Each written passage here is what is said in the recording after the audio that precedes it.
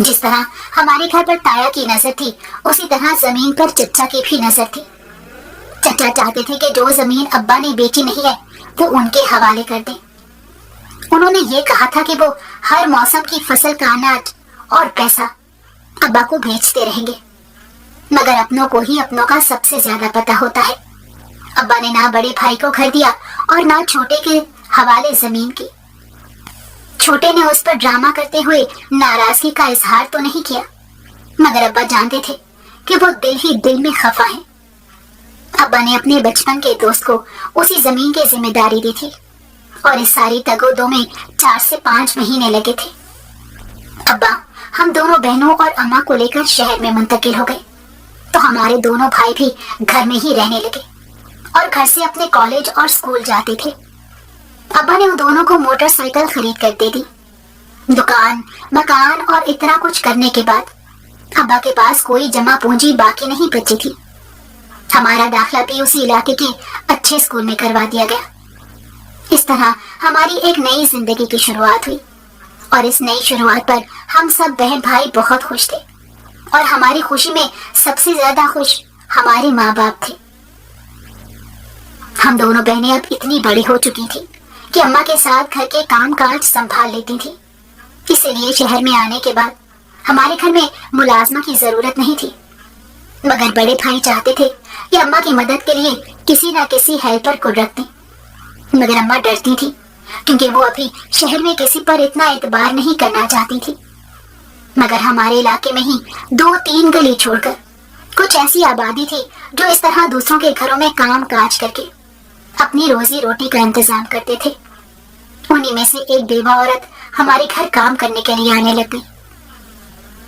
ابا روزانہ دکان پر اور ہم چاروں بہن بھائی اپنے اپنے اسکول کالج میں چلے جاتے تھے۔ گھر میں اکیلی اماں ہی ہوتی تھی۔ خالدہ باجی جب سے کام کے لیے آنے لگی تھی تو اماں کا اکیلا پن بھی دور ہو گیا۔ ان سے اماں کو کوئی ڈر بھی محسوس نہیں ہوتا تھا کیونکہ وہ محلے کی رہنے والی تھی اور بڑی سادہ مزاج عورت تھی۔ جوانی میں بیوہ ہونے کے بعد انہوں نے اپنے دونوں بچوں کی پرورش اسی طرح لوگوں کے گھروں میں کام کرنے کے بعد کی تھی۔ اماں بھی ان پر اعتبار کرنے لگی تھی اور وہ بھی اماں کو بڑی بہن کی طرح عزت دیتی تھی، اسی لیے ہم خالدہ باجی کو ہمیشہ باجی کہہ کر ہی پکارتے تھے۔ ہم نے کبھی ان کو ملازمہ نہیں سمجھا تھا۔ میرے بڑے بھائی نے انجینئرنگ کالج میں جب ایڈمیشن لیا اس وقت چھوٹا بھی سافٹ ویئر انجینئرنگ کرنے کے لیے اپنے آپ کو تیار کر چکا تھا۔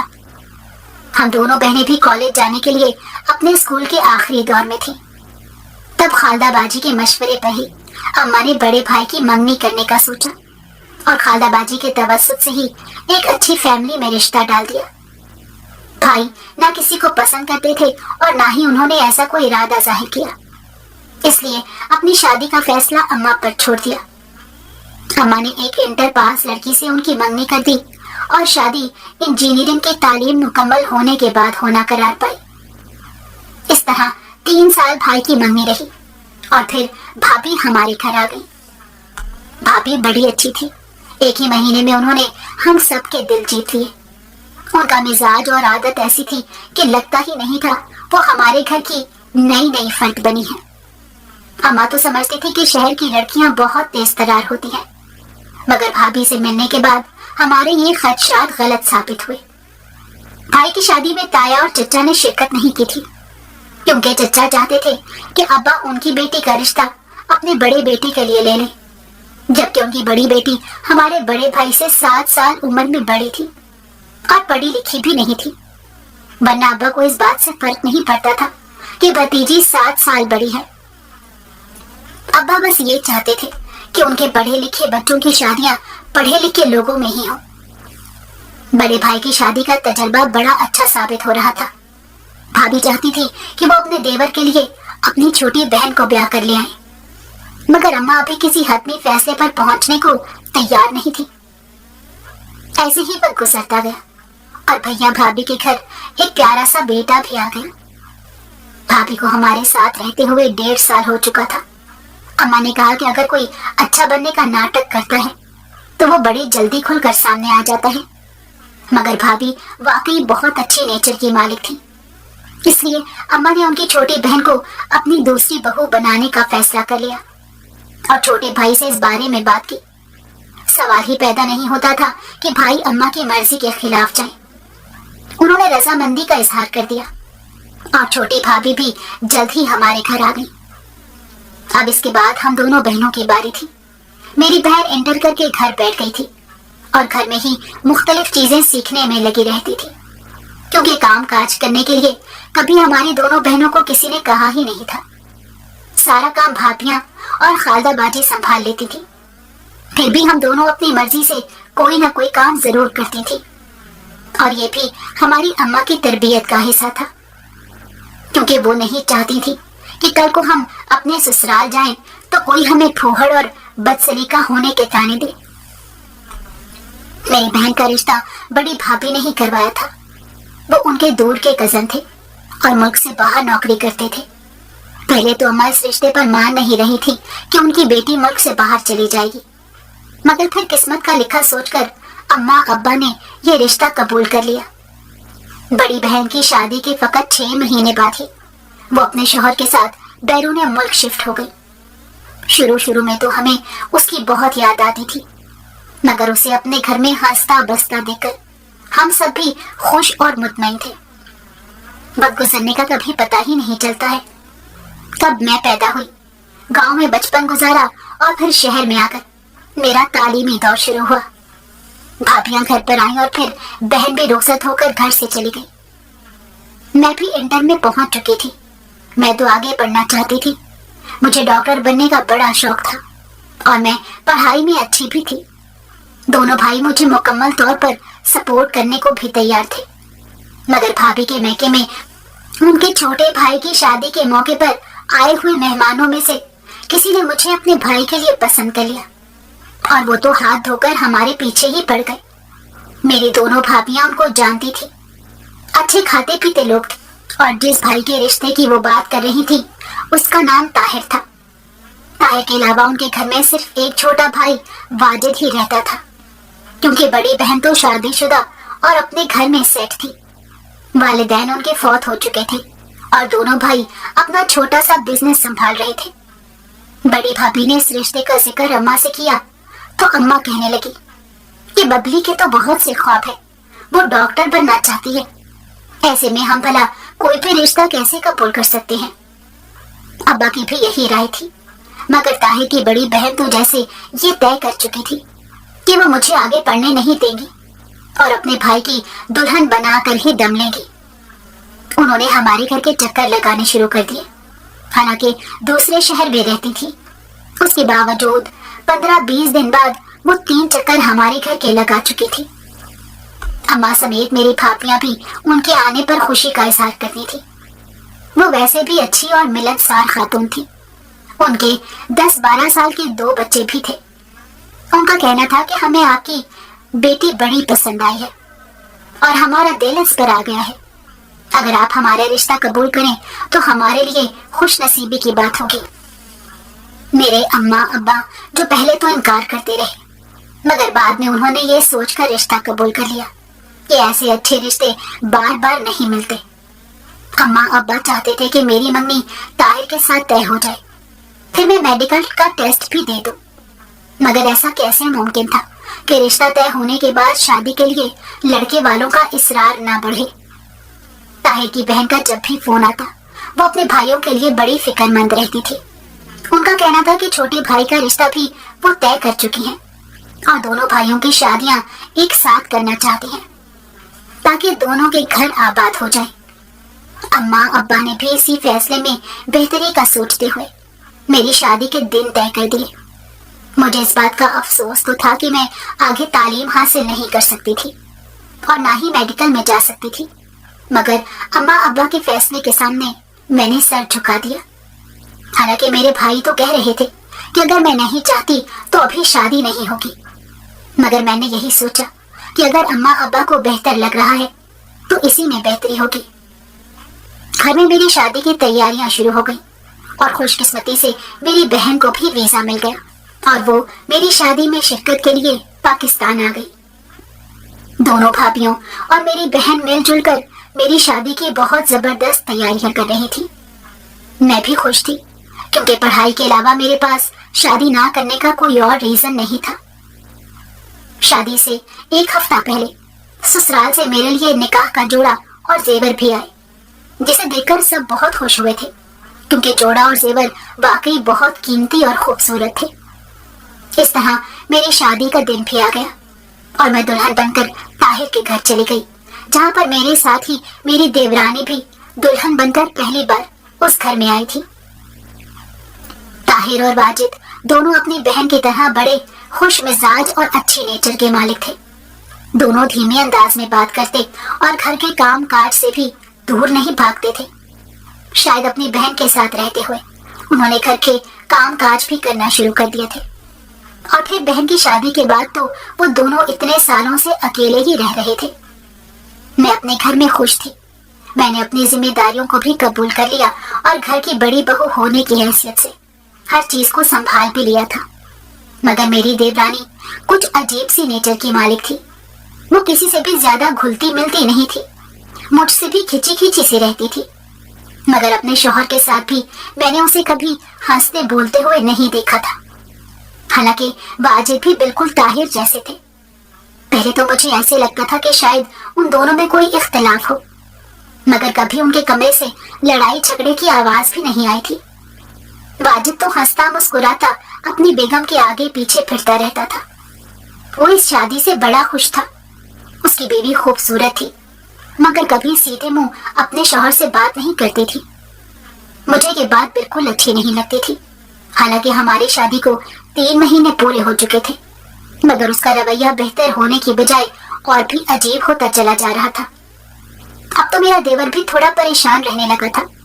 میں نے اس بات کا ذکر اپنی نند سے تو نہیں کیا، مگر اپنے شوہر سے اس بارے میں ضرور بات کی تھی۔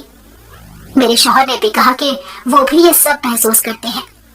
انہوں نے مجھے میری دیورانی سے بات کرنے کا مشورہ دیا، تو میں نے اپنے شوہر کے کہنے پر ہی اپنی دیورانی سے بات کی۔ تب ایک بہت بڑا انکشاف اس نے کیا۔ وہ کہنے لگی کہ آپ کا دیور مجھے خوش نہیں رکھ سکتا کیونکہ وہ اپنے حقوق پورے کرنے کے قابل نہیں ہے۔ مجھے اس کی یہ بات سن کر بڑا عجیب لگا۔ میں اب اس بارے میں اپنے دیور سے تو بات نہیں کر سکتی تھی۔ میں نے طاہر سے کہا کہ وہ اپنے بھائی سے بات کریں، تب ساری حقیقت سامنے آئے گی۔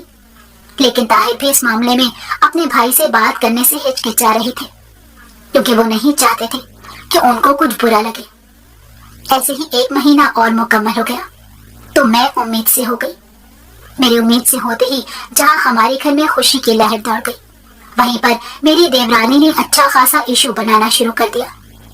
پہلے تو وہ صرف موڈ خراب کرتی تھی، اب تو اکثر ان کے کمرے سے لڑائی جھگڑے کی آوازیں بھی آتی تھی، اور اس نے دبے دبے لفظوں میں میرے سامنے بھی یہ کہنا شروع کر دیا تھا کہ آپ کا دیور کبھی مجھے ماں بننے جیسا سکھ نہیں دے سکتا، اور میں ایسے انسان کے ساتھ زندگی نہیں گزار سکتی۔ یہ سن کر میں بڑی پریشان ہو جاتی تھی کہ آخر اس کا کوئی تو حل ہوگا۔ میں نے اس سے کہا کہ تم دونوں ڈاکٹر کے پاس چلے جاؤ، آج کل تو علاج بڑا جدید ہو گیا ہے، اگر کوئی مسئلہ ہے تو ہو سکتا ہے وہ دواؤں سے ٹھیک ہو جائے۔ مگر میری دیورانی کبھی اس بات پر راضی نہیں ہوتی تھی۔ میں اس سلسلے میں پریشان ہو کر طاہر سے کہتی کہ وہ اپنے بھائی سے خود بات کریں، مگر طاہر اپنے بھائی سے بات ہی نہیں کرتے تھے، اور نوبت یہاں تک آ پہنچی کہ جو جھگڑے کمرے کے اندر ہوتے تھے اب وہ کمرے سے باہر بھی سر اٹھانے لگے تھے۔ میری دیورانی تو ذرا لحاظ نہیں کرتی تھی اور اپنے شوہر کو باتیں سنانا شروع کر دیتی تھی۔ وہ بیچارہ ہکا بکا اس کا منہ دیکھتا رہ جاتا۔ جب بھی ایسا ہوتا تھا میں جان بوجھ کر اپنے کمرے میں چلی جاتی تھی تاکہ میرے دیور کو شرمندگی کا سامنا نہ کرنا پڑے۔ مگر یہ ساری صورتحال ہم دونوں میاں بیوی کے لیے بڑی ہی پریشان کن تھی، کیونکہ ایک ہی گھر میں رہتے ہوئے ایک دوسرے سے انجان تو بن کر نہیں رہا جا سکتا۔ پھر ایک دن میں نے اپنی دیورانی اور دیور سے بات کرنے کا فیصلہ کر لیا۔ آخر میں گھر کی بڑی بہو تھی اور کسی کو تو اس معاملے میں بولنا ہی تھا۔ اس دن طاہر کی موجودگی میں ہی میں نے ان دونوں کو سامنے بٹھایا اور کہا کہ آپ دونوں مصلحت سے کام لیتے ہوئے کوئی بہتر حل نکال کر اپنی زندگی کو بہتر بنا سکتے ہیں۔ مگر اچانک سے میری دیورانی کہنے لگی کہ مجھے اس گھر میں نہیں رہنا، اور مجھے آپ کے دیور سے طلاق چاہیے اور یہ میرا آخری فیصلہ ہے۔ یہ سن کر ہم تینوں ایک دوسرے کا منہ دیکھنے لگے کہ آخر کوئی لڑکی کیسے اس طرح اپنے لیے طلاق کا مطالبہ کر سکتی تھی، مگر مجھے لگا کہ وہ حق پر ہے، کیونکہ اس کے حقوق پورے نہیں ہو رہے تھے، اور ماں بننا تو ہر عورت کا خواب ہوتا ہے۔ پھر بھی میں نہیں چاہتی تھی کہ اس طرح سے ان دونوں کا گھر خراب ہو، لیکن اس دن کے بعد جیسے ایک سرد جنگ ہم سب کے درمیان شروع ہو گئی، کیونکہ دیورانی نے میرے دیور کے کمرے میں رہنا ہی چھوڑ دیا تھا۔ وہ دوسرے کمرے میں رہنے لگ گئی تھی، نہ وہ کسی سے بات کرتی تھی اور نہ ہی ہم لوگوں کے ساتھ بیٹھ کر کھاتی پیتی تھی۔ آخر مجبور ہو کر میرے دیور نے اس سے طلاق دے دی اور وہ اپنی ماں کے گھر چلی گئی۔ ہم نہیں جانتے وہاں پر اس نے کیا کہا یا کیا نہیں، مگر اس کے جانے کے بعد نہ تو ہمیں کسی کا فون آیا اور نہ ہی کسی نے ہم سے وجہ جاننے کی کوشش کی، مگر اس سب کا اثر میرے دیور پر بہت زیادہ ہوا تھا۔ وہ جو اتنا ہنسمکھ انسان تھا ایک دم سے خاموش ہو گیا۔ میں خود جس کنڈیشن میں تھی مجھے خود آرام کی ضرورت تھی، مگر جو کچھ گھر میں ہوا تھا اس سے میرا ذہنی سکون تو خراب ہوا ہی تھا، مگر طاہر نہیں چاہتے تھے کہ میری صحت پر اور بھی اثر پڑے۔ انہوں نے مجھے گھر میں ملازمہ رکھنے کا کہا، مگر میں ملازمہ کہاں سے لاتی؟ میں نے اماں سے اس بارے میں بات کی تو خالدہ باجی نے اپنی جوان بیٹی میرے گھر بھیج دی، جو میرے گھر میں ہی رہنے لگی اور سارے گھر کا کام بھی سنبھال لیتی تھی۔ وہ سامنے سے رنگ کی لیکن بڑی پیاری لڑکی تھی۔ اس نے میٹرک کیا ہوا تھا۔ مجھے اچھی طرح یاد ہے جب ہم شہر میں آئے تھے اس وقت وہ 12 سال کی تھی، اور اس سے چھوٹا بھائی اب پڑھ بھی رہا تھا اور ساتھ ساتھ نوکری بھی کر رہا تھا۔ خالدہ باجی کو میرے دونوں بھائیوں نے بھی بڑا سپورٹ کیا تھا، اسی وجہ سے ان کے بچے آج ایک اچھی زندگی گزارنے کے قابل ہوئے تھے۔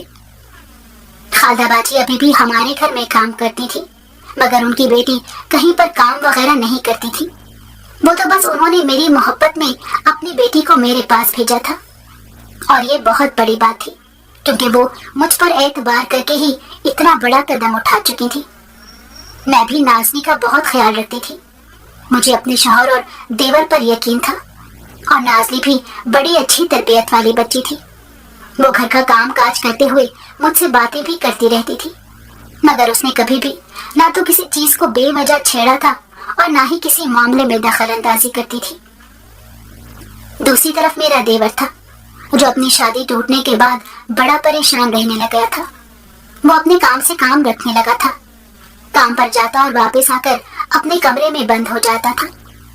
اکثر رات کو میں نے اسے بڑی بے چینی کے عالم میں لان میں ٹہلتے ہوئے بھی دیکھا تھا۔ میں اس کے لیے بہت پریشان رہتی تھی، کیونکہ وہ مجھے میرے بھائیوں کی طرح ہی عزیز تھا۔ میں چاہتی تھی کہ وہ پہلے کی طرح ہنسنے بولنے لگ جائے، اس لیے میں نے سوچا کہ اس کی دوسری شادی کروا دیتی ہوں، مگر پہلی شادی کی وجہ بھی میرے سامنے تھی۔ میں نے طاہر سے مشورہ کیا تو وہ کہنے لگے کہ واجد نے کون سا اپنا چیک اپ کروایا ہے جو کوئی بات ثبوت کے ساتھ سامنے آئے، اور اگر ایسا کچھ ہے بھی تو یہ سب تو قدرت کی طرف سے ہے، اور قدرت کے معاملوں میں انسان کہاں کچھ کر سکتا ہے۔ میں طاہر کا اشارہ سمجھ گئی تھی، وہ بھی اپنے بھائی کی دوسری شادی کروانا چاہتے تھے۔ میں نے بہت سوچنا شروع کیا کہ کہاں پر رشتہ ڈالوں اور کس سے بات کروں، مگر مجھے نازلی کا خیال آیا۔ میں نے سوچا کہ واجد بہت اچھا انسان ہے، اگر نازلی اس کی زندگی میں آ جائے گی تو نازلی کی بھی زندگی بن جائے گی اور واجد کو بھی ایک اچھی بیوی مل جائے گی۔ میں نے اماں کے گھر جا کر خالدہ باجی سے بات کی اور انہیں ساری بات سچ سچ بتا دی کہ اس وجہ سے وہ دونوں کی طلاق ہوئی ہے، اور میری دیورانی صرف 5-5.5 مہینے یہاں رہ کر ہمیشہ کے لیے ہماری زندگی سے جا چکی ہے۔ خالدہ باجی نے میرے دیور کا رشتہ بڑی خوشی سے قبول کیا اور کہا کہ اگر میری نازلی کی قسمت میں اولاد ہوئی تو دیکھیے گا کہ اولاد کا سکھ اسے ضرور ملے گا۔ تب مجھے خالدہ باجی پر بڑا پیار آیا، وہ اتنی سادہ دل اور اچھی عورت تھی، اور انہوں نے بہت بڑی بات کہی تھی۔ اس کے بعد تو کچھ کہنا ہی بیکار تھا۔ میں نے اپنے دیور کے ساتھ نازلی کا نکاح کروا دیا، اور نازلی میرے گھر میں دیورانی بن کر رہنے لگی۔ شروع میں میرا دیور بالکل چپ رہتا تھا، وہ ہمارے سامنے بھی نظریں نہیں اٹھاتا تھا، لیکن اس نے معمول کے مطابق اپنی روٹین بنا لی تھی۔ پہلے کی طرح اکیلا نہیں رہتا تھا،